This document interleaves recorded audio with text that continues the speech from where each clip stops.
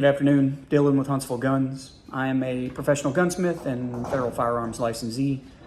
Wanted to take the opportunity to cover the Q Sugar Weasel. Had one come in for a transfer, and while I have it here, I got the okay with the customer to kind of cover it for everybody out there who has questions.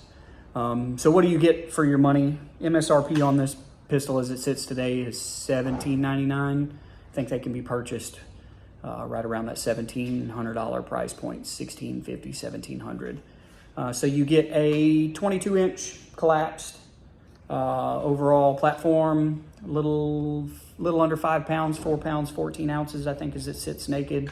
No optic, no magazine. You get a 1-in-5 twist, adjustable gas block, 300 blackout Q barrel. That is the Q Cherry Bomb.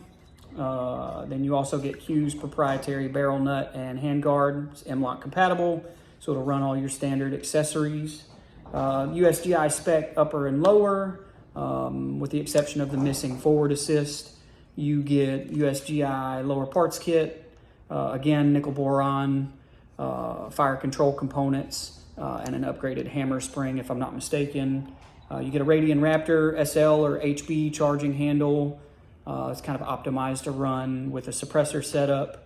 You get Q's proprietary 2-part carrier in their bolt carrier setup. It's a direct impingement gun, so you get a staked gas key, but you do get that 2-part carrier, which is a pretty good buy, if you ask me. You get a Reptilia grip, mag pull, trigger guard, standard, 4-position, buffer tube, buffer, SBA 3, adjustable pistol brace, like I said, 4-position.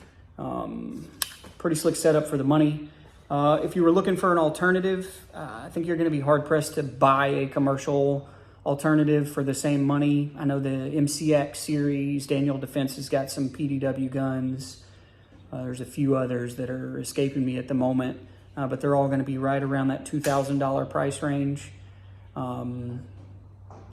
I think if you were going to build a gun, you could get close, but you're going to spend similar money and then not get the brand recognition and the warranty that comes along with a purchased versus built firearm. If you wanted to go, let's say, with Aero Precision parts, 8-inch 300 blackout upper, ballpark 625, 650, SBA 3 lower, if they're even offering them at the moment with a pistol brace and junction, 225, 250, a Faxon 1-in-5 barrel, which is a worthwhile upgrade if you're shooting subsonic ammo. 185 out the door. The Reptilia grip, $22. Q's Cherry Bomb or any of your basically commercially available suppressor host muzzle brakes, 5/8 24, are going to be right around that $100 price range. Radian Raptor, they run 125. You can get them a little cheaper than that if you catch them on sale. And then the bolt carrier, Q's proprietary carrier, MSRP today I think is $350. I said if you were going to build something to compete with this, I think you'd be right around that $1,500, $1,600 price point. And me personally, best bang for the buck is to buy new, buy with a warranty. I've never personally, as a gunsmith, had a Q firearm come in for repair.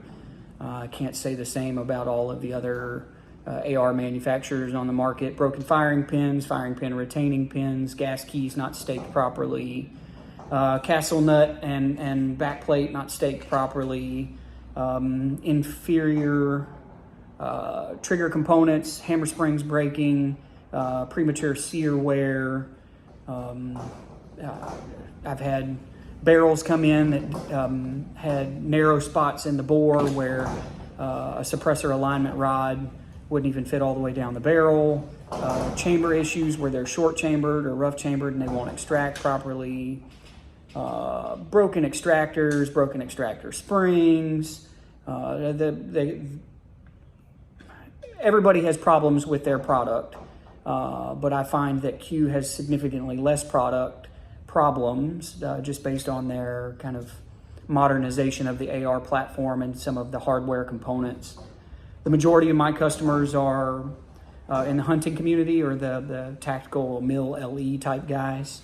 And so most of them are looking for a hard use item, something that they can rely on to go bang every time they pull the trigger. Never had any complaints out of a Q product from any of those guys. Guys running dedicated suppressors and thermal setups in the hog hunting community.